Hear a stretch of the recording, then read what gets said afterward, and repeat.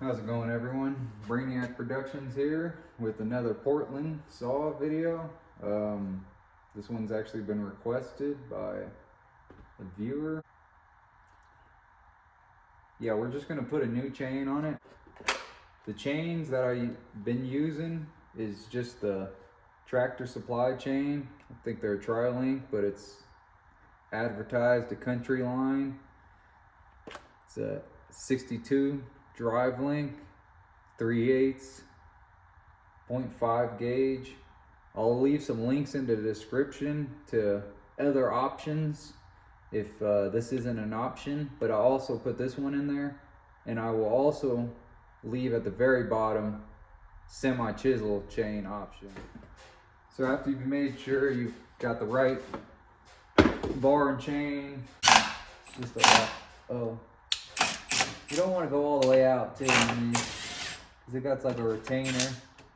It does have some retaining bolts, so that's pretty cool, I thought, when I first got the saw. And I always loosen it up a bit. So I was being very ornery today. So, I don't know what the hell is going on here, but anyways. I just loosen it up quite a bit because it makes it a little easier to put the bar and chain back on, but really nothing to it. Just work your way out. If you haven't got enough of it out, just finish it off.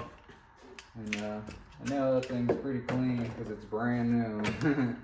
Yeah, we can talk about that later on, but for now, all you do is take off the chain I leave in the bar,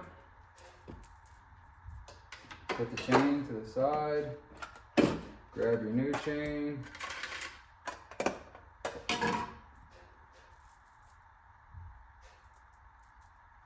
untangle it. They always comes kind of, you got to figure out how to untangle the chain usually, which is always fun.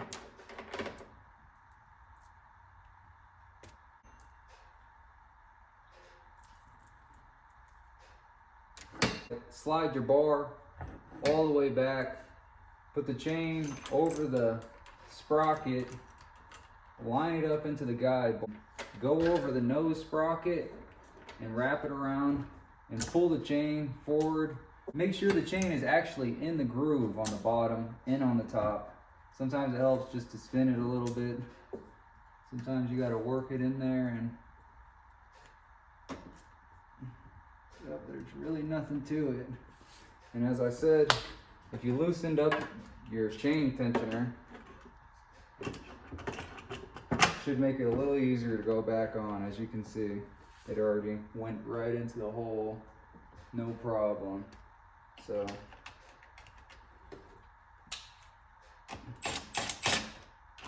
just make sure you're lined up with everything before you install it. It's pretty straightforward.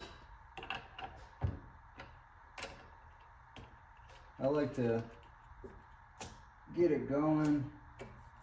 Make sure I'm lined up still here. And then I'll just tighten up the bar. Yep, we're in. And also put it on something, you know, that's not gonna damage the chain. And you still want to be able to tension it. And I always give it just a little bit. You know, you don't want to have a tight chain, because for one, you're going to lose performance, and another thing is you'll wear out your bar faster, and also you'll wear out the chainsaw itself prematurely.